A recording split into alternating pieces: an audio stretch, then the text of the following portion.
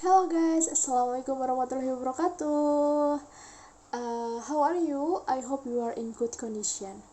Well, thank you for coming to this presentation. An honor for us to meet you here, even in online.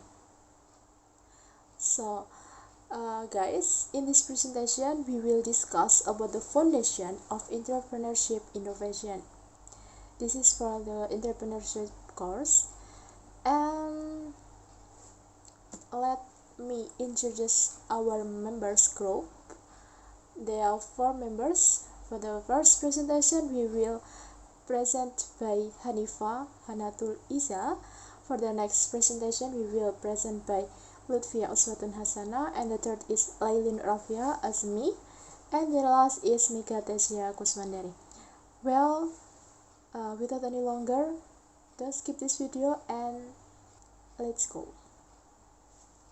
What is innovation? Innovation is the specific tools of entrepreneurs, the means by which they exploit change as an opportunity for a different business or different service. It is capable of being presented as a discipline, capable of being learned, capable of being practiced.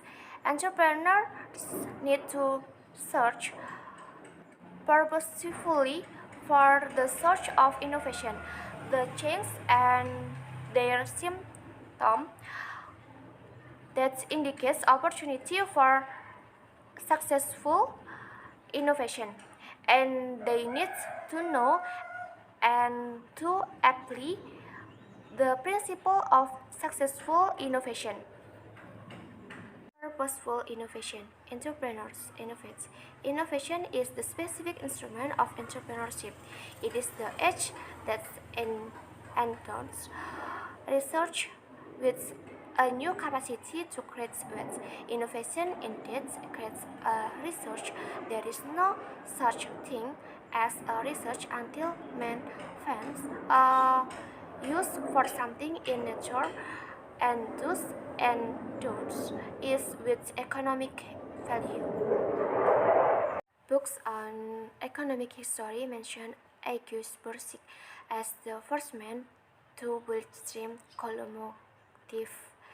locomotive in Germany, but surely far more important was his innovation gains Straun's appreciation for craft goods teacher and government bureaucrat of what to this day is the German system of factory organization and the foundation of German industrial strength, and the Sweden's invention of modern government by Micheli in the Prince 1513 and the end of the modern national states by his early follower.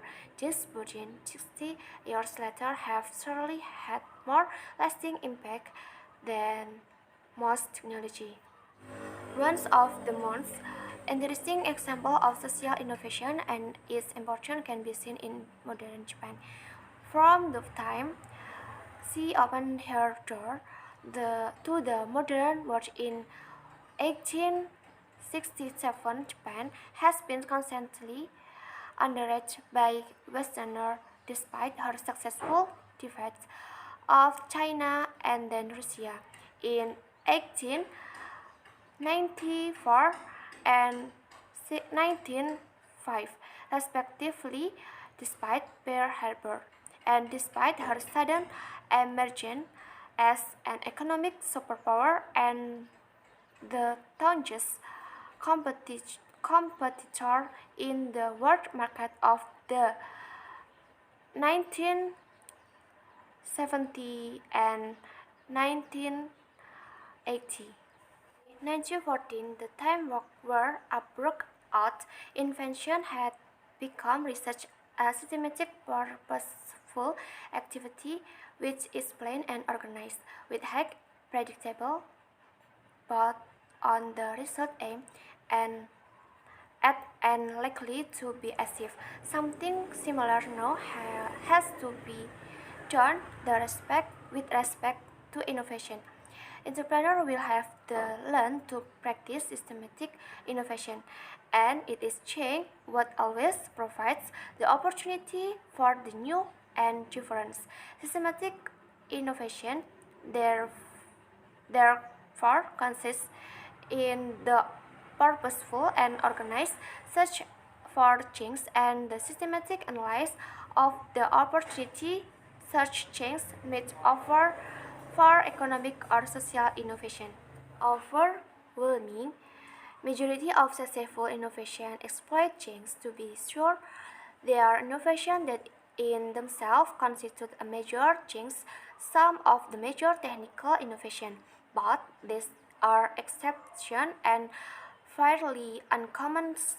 Most successful innovations are far more prosaic than exploit change, and thus the discipline of innovation, and it is the knowledge base of entrepreneurship is a diagnosis discipline, a systematic examination of the areas of change that typical of entrepreneurial and opportunities. Specifically, systematic innovation means monitoring seven search for innovative opportunity. The first four search lie within the enterprise, whether business or public service institution, or within an industry or service sector. These four search areas are: first, the unexpected success, the unexpected failure, the unexpected outside event. Second, the incongruity between reality. It actually is an reality as it is assumed to be or as it ought to be. Third, innovation based on process need. Fourth, change in industry structure or market structure that catch everyone's answer. The second set of search for innovative opportunity, a set of three involves change outside the enterprise or industry. First, demographic population change. Second, change in perception, mood, and meaning. Third, new knowledge, both scientific and non-scientific.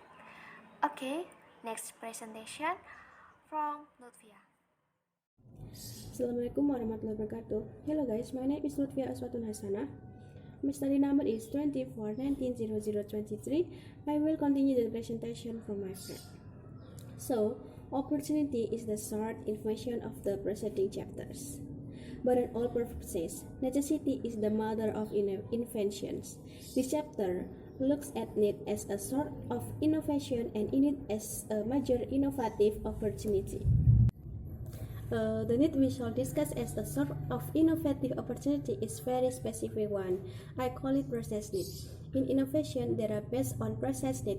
Everybody in the organization always knows that the need exists, yet usually no one does anything about it. However, when the innovation appears, it is immediately accepted as efficacious and soon becomes standard. One example, at late as 1965, Japan had almost no paved road outside of the big government frantically paved the roads. No automobilities could and did travel at high speed, but the roads were the same old one that had been laid down by the ox cart of the 10th century, barely wide enough for two cars to pass. Full of blind corners and hidden contrasts, and with junction every few kilometers at which half a dozen roads meet every considerable angle.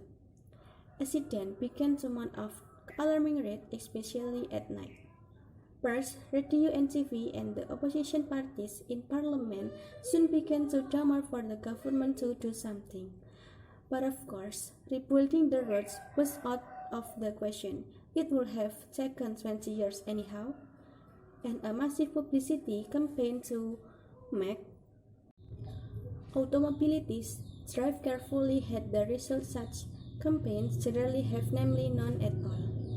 A young Japanese, Tamon Iwasa, says on this crisis as an innovative opportunity. He redesigned the traditional highway reflector, so that the little glass bit that served as its mirrors could be adjusted to reflect the headlights of oncoming cars from any direction onto any direction. The government rushed to install Iwasa reflectors by the hundreds of thousands, and the accident rate plummeted. From the Iwasa story, successful innovation based on process needs require 5 basic criteria. 1. A self-contained process. 2. One weak or missing link. 3. A clear definition of the objective. 4. That the specification for the solution can be defined clearly. 5. Widespread realization that there ought to be better way that is high receptivity. Furthermore, there are, however, some important caveats. 1. The need must be understood. It is not enough for it to be found. Otherwise, one cannot define the specification for the solution. 2. We may even understand a process and still not have the knowledge to do the job. 3. The solution must fit the way people do work and want to do it.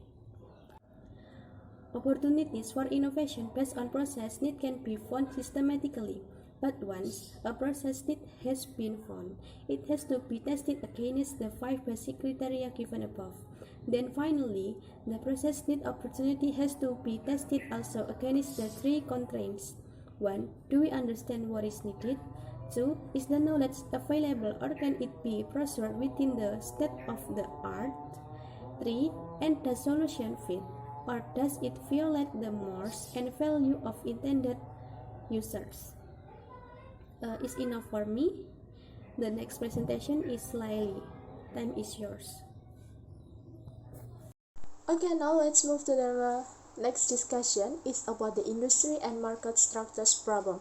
First, rapid industrial growth. If an industry grows significantly faster than economy or population, it can be predicted with high probability that its structure will change drastically, at the very latest by the time it has doubled in value. Furthermore, the structure of entrepreneurship can change depending on the growth of their industry. So, we must pay attention to the probability of industrial growth so that the structural practices are not obsolete and can encourage industrial development. Next, perceive and service its market. Industrial services in the market are not maximal when the industry has grown rapidly. You know what? This true condition when the industry becomes hype and they don't hype some time later. This condition is usually caused by the industrial inconsistency in viewing and service its market. So, these problems can be overcome by being consistent with what has been established from the beginning. Quote their services even when their industry is hype or not. Next, convergence of technology. The digital era provides the growth of industry. Well, what is the convergence of technology? We can say that convergent technology has the same meaning with the digital era. From that, we can conclude that now the convergence technologies have an important role in industry. By using the digital era in doing everything like promotion, transaction, or etc., industry can develop rapidly. So that's how convergence of technology is important now because this is a digital era. Next, alertness. What is alertness? In an industry that wants rapid growth must be prepared with all basic structural change. Well, their alertness in any case such as changing eras, industrial growth, development further, even the slightest change greatly affect the development of the industry. In addition, an industry must be alert and ready for basic structural change, need change because it follows the era so that the industry remains standing and remains high. That's how the innovation takes control. Well, let's move to the next discussion by Mika. Thank you. So next we are going to talk about the principles of innovations, or we called as prinsip-prinsip yang mendasari dalam sebuah inovasi. Tentunya kita tahu ya, dalam sebuah inovasi, terutama dalam kita membangun sebuah kewirausahaan or entrepreneurship, there is some principles of innovation. Ada prinsip-prinsip inovasi yang mendasari. So what then are the principles of innovation? Representatives the hardcore of the discipline are the number of do or do is things that have to be done, and then there are also a few don'ts things that had better not be done, and then they are what I could call conditions. So ada beberapa prinsip yang mendasari dalam sebuah inovasi dalam kewirausahaan. Dalam materi kali ini ada beberapa hal or the do's yang harus dilakukan and the don'ts yang tidak perlu atau jangan dilakukan dalam dalam mengembangkan sebuah inovasi dalam bidang kewirausahaan. So langsung saja, yang pertama saya akan membahas dulu apa saja hal yang harus dilakukan dalam mengembangkan inovasi. Yang pertama adalah purposeful atau tujuan. Purposeful systematic innovation begins with the analysis of the opportunities. It begins with thinking through what I called the search of innovative opportunities. In different areas, different search will have a different importance at different times. So yang pertama adalah tujuannya. Seperti yang kita tahu, tujuan dalam inovasi sendiri, ketika kita berinovasi kita harus memiliki tujuan kan. Nah, inovasi sistematis dimulai dengan analisis peluang. Tujuan kita untuk berinovasi adalah melihat adanya sebuah peluang. Dimulai dengan memikirkan apa yang disebut dengan sumber peluang inovatif itu sendiri. Di daerah yang berbeda tentunya memiliki sumber yang berbeda pula, dan kepentingan serta tujuan yang berbeda pula. Tetapi semua sumber peluang itu harus dianalisis secara sistematis tentunya, tujuannya untuk apa. Misalnya di daerah Kalimantan nih, terdapat banyak sekali, atau Sumatera terdapat banyak sekali sawit. Nah, di situ kan sawit itu kan berpotensi memiliki peluang untuk dijadikan sebagai sumber bahan minyak atau bahan bakar tentunya. Nah, di setiap daerah berbeda pula dengan tujuannya ketika mereka dalam suatu daerah memiliki peluang. Ini harus dianalisis secara sistematis tentunya. Dianalisis apakah sumber ini memiliki peluang yang tepat ketika kita ingin berinovasi tentunya dalam bidang kewirausahaan. Tentunya juga harus diukur secara teratur pura agar menghasilkan hasil yang sesuai dengan keinginan kita atau sang inovator. Yang kedua adalah innovation is both conceptual and perspectual. The second imperative of innovation is therefore to go out, to look, to act, and to listen. This cannot be stressed too often. Successful innovators use both the right side and the left side of their brains. Yang kedua adalah inovasi itu harus mencakup secara konseptual dan perspektual. Dalam artian keharusan dari kedua sisi ini adalah maksudnya melihat keluar. Kita keluar untuk melihat, bertanya, dan mendengarkan apa yang ada di luar lingkungan kita.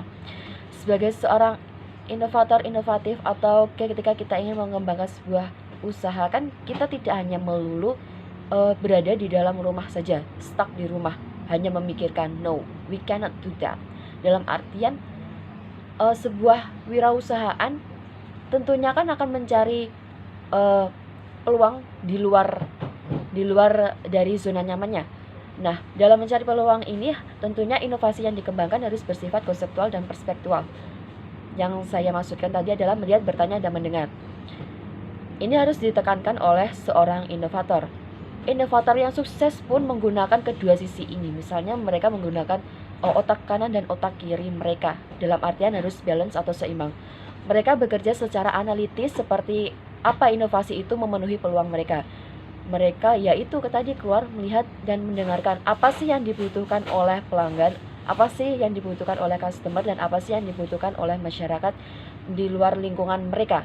Itulah yang menjadi peluang dalam bidang kewirausahaan atau entrepreneurship mereka nantinya yang menjadikan inovasi itu tersebut ada yang sebelumnya tidak ada di masyarakat menjadi ada. Tentunya ketika mereka out of their comfort zone, mereka harus melihat apa sih yang mereka harus menilai, mereka harus melihat, mereka harus mendengarkan apa kebutuhan mereka yang mereka butuhkan pada saat itu. So the third is setelah konseptual dan perseptual tadi, an innovation to be effective has to be simple and it has to be focused. It should do only one things. It's not do only one things. Otherwise, it confuses. If it is not simple, it doesn't work. Dalam artian sebuah inovasi itu harus efektif, harus sederhana, dan harus fokus tentunya. Untuk pertama kali ya mungkin seorang inovator ataupun orang yang ingin bekerja ataupun mencari peluang kewirausahaan harus fokus dalam satu tujuan mereka dahulu. Harus fokus sendiri, tidak membingungkan ya. Jadi kita belajar dari hal yang sederhana dulu. Jika tidak sederhana kan ya tentunya peluang untuk tidak berhasilnya juga besar. Makanya kita fokus dalam satu hal kecil dahulu, tidak apa-apa. Kita memikirkan secara matang. Segala sesuatu itu kan tentunya mengalami kesulitan ya pastinya ketika kita pertama melakukan sesuatu.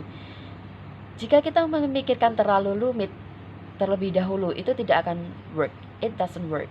And then it should not be fixed. Tidak bisa diperbaiki. Oleh karena itu, semua inovasi itu harus efektif. Yang efektif itu dimulai dari hal yang sederhana terlebih dahulu. And then yang keempat adalah effective innovations start small. They are not grandiose. Then try to do one specific things. Seperti yang saya bilang itu tadi, inovasi sebaiknya dapat dimulai dari hal yang kecil terlebih dahulu. Setiap ketika kita membangun sebuah usaha, ketika kita berencana untuk menjadi wirausahaan, semua akan membutuhkan modal. Modal, pekerja, waktu, tempat, biaya. Biaya itu tadi modal. Nah, kita mulai dari hal yang kecil terlebih dahulu. Misalnya, bagaimana cara kita how to reduce or mengurangi budget, mengurangi apapun itu yang membuat kita mengeluarkan too much money. Jika tidak cukup waktu untuk melakukan penyesuaian atau kita tidak hampir menemukan solusinya, ya maka inovasi itu tidak akan berhasil. Jika tidak cukup ada waktu, misalnya kita memiliki waktu yang rutin setiap hari, tapi hanya 5-10 menit, ya it will work. Awalnya inovasi itu muncul ketika kita misalnya santai, ataupun misalnya kita in a comfort zone. Nah, perubahan yang dilakukan itu harus dalam skala kecil terlebih dahulu. Kita pikirkan matang, kita bertahap untuk memikirkan bagaimana ini nantinya akan berjalan, bagaimana ini nantinya ke depan. Nah, it start small things terlebih dahulu. Dengan small things, hal yang sederhana, dengan apapun yang kita butuhkan sederhana itu jauh lebih kompleks daripada kita saat memulai pertama kali harus memikirkan yang kompleks dulu. It will work. Itu tidak akan cukup.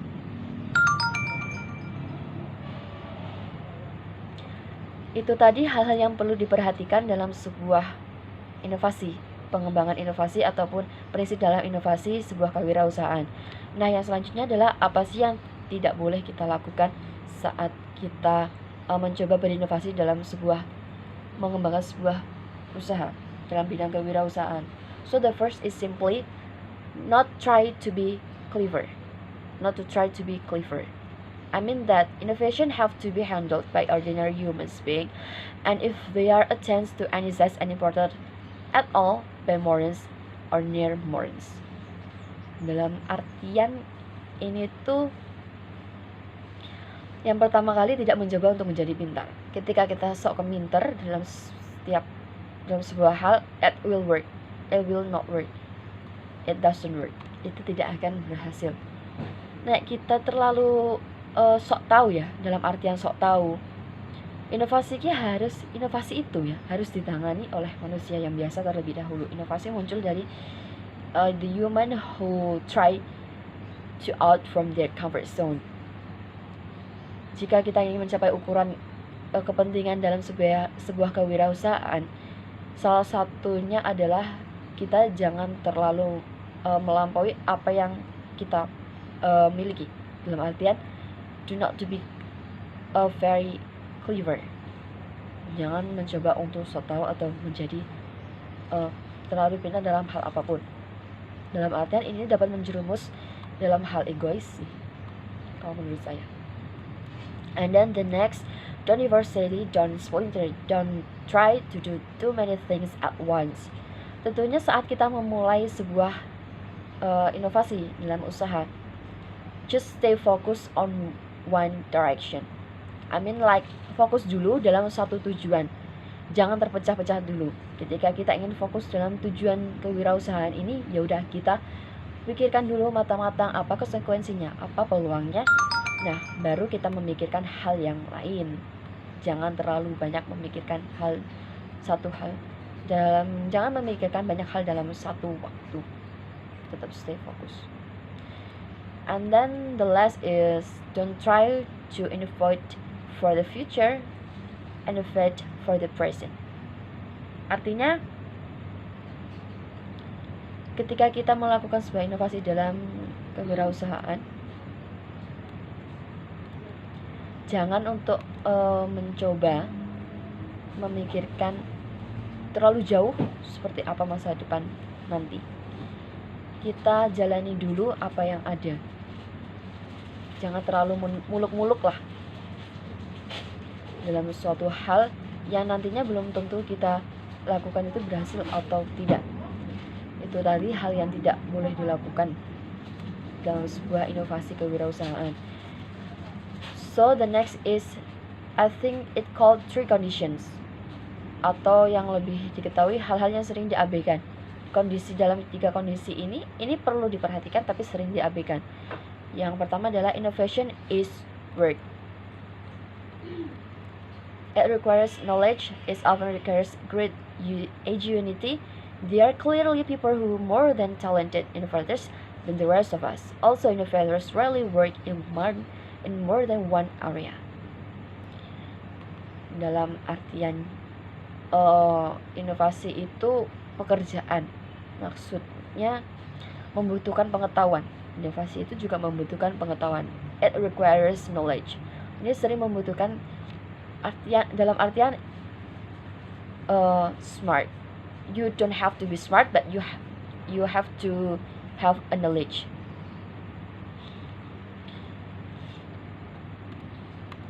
Misalnya nih, ketika kita memiliki skill dalam bidang kecantikan, perawatan, itu kan it finally we have to be founded like ketika kita memiliki skill misalnya dandan ataupun fashion, itu kan nantinya ada peluang kita bisa nih buka salon, kita bisa nih buka butik. Nah, itu yang namanya innovation itu dapat menjadi sebuah pekerjaan. Dari inovasi itu muncullah sebuah pekerjaan untuk kita, inovasi. And then the last, not the last, the second, it calls to success innovators must build on their strength. Successful innovators look at opportunities over a wide range. Untuk menjadi sukses, inovator itu harus memiliki pertahanan yang kuat. Dalam artian mereka harus membangun pertahanan yang kuat, membangun kekuatan dalam diri mereka. Itu inovator yang sukses melihat peluang dalam kondisi jangka waktu yang panjang dan rentang area yang luas. Tetapi mungkin lebih penting dalam inovasi itu untuk membangun kekuatan seseorang, karena resiko dalam inovasi itu juga tidak main-main ya. Jadi harus dipikirkan secara matang-matang. So the last conditions is Innovation is an effect in economy and society. A change in the behavior of customers, of teachers, of farmers, of surgeons, of people in general. Maksudnya lebih diartikan, inovasi adalah efek dalam ekonomi di masyarakat. Perubahan perilaku, seperti misalnya ada profesi guru, profesi dokter, profesi petani, ataupun itu adalah sebuah perubahan dalam suatu proses, yaitu cara orang bekerja dan menghasilkan sesuatu untuk diri mereka. Oleh karena itu, inovasi harus selalu dekat dengan pasar, fokus pada pasar, dalam artian it calls margin. Kita melihat marginnya seperti apa pasar dalam masyarakat, bukan pasar ini dalam artian bagaimana kondisi lingkungan di luar sekitar kita. So it enough for me about the principle of innovations. Okay guys, thank you for your listening and giving your attention to this presentation. May all those we have shared be beneficial for all of us. If you have any question for this material for this presentation, let us know in online conference later. Thank you. Bye bye. See you next video.